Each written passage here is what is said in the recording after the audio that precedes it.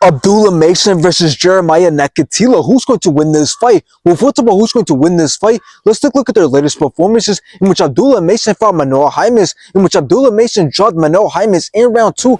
That jab is something else from him. There it is. Abdullah Mason then dropped him again in round 3. Defense after. You see him got underneath that left uppercut again. Abdullah Mason then dropped him twice, and the rest enough and stopped the fight in round 4. Forget about what I'm saying right now. I just want to see this finish right there. There it is.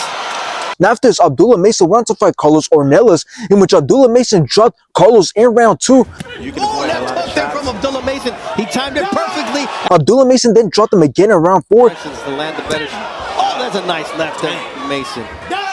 Abdullah Mason then dropped him again, and the rest enough and stopped the fight in round 6. He's coming downhill, he's going downstairs, and that left hook is landing continually on Ornelas. Now let's take a look at Jeremiah's latest performances, in which he fought Jeremiah Mir, in which Jeremiah started off very fast, landed some great combinations, knocked out Jeremiah Mir in round 6. Now after this, Jeremiah went on to fight Tafat Sweet Mushando, in which Jeremiah knocked him out in round 1. Now Abdullah Mason is the real deal. He's a young prospect who's been running the lightweight division along with Keyshawn Davis. So if we take a look at Abdullah Mason, we'll see that he's 21 years old and stands with an undefeated record of 18 wins, finishing 16 of those opponents. Now what makes Abdullah Mason really special is not only his entertaining and dominating performances where he shows off his amazing skill, but it's also how active he's been, as he had 5 fights last year and 2 fights this year. And with this fight, that makes 3 fights for this year so far. So he's on a really good run, and he's also way better than Floyd Schofield. There's a reason why Floyd Schofield and his father didn't want to make the fight happen, and that's because they truly know that Abdullah Mason is the much better and dangerous prospect who has a lot more potential. So now let's talk about this fight. Well, if we take a look at Abdullah Mason's opponent, Jeremia Nakathila,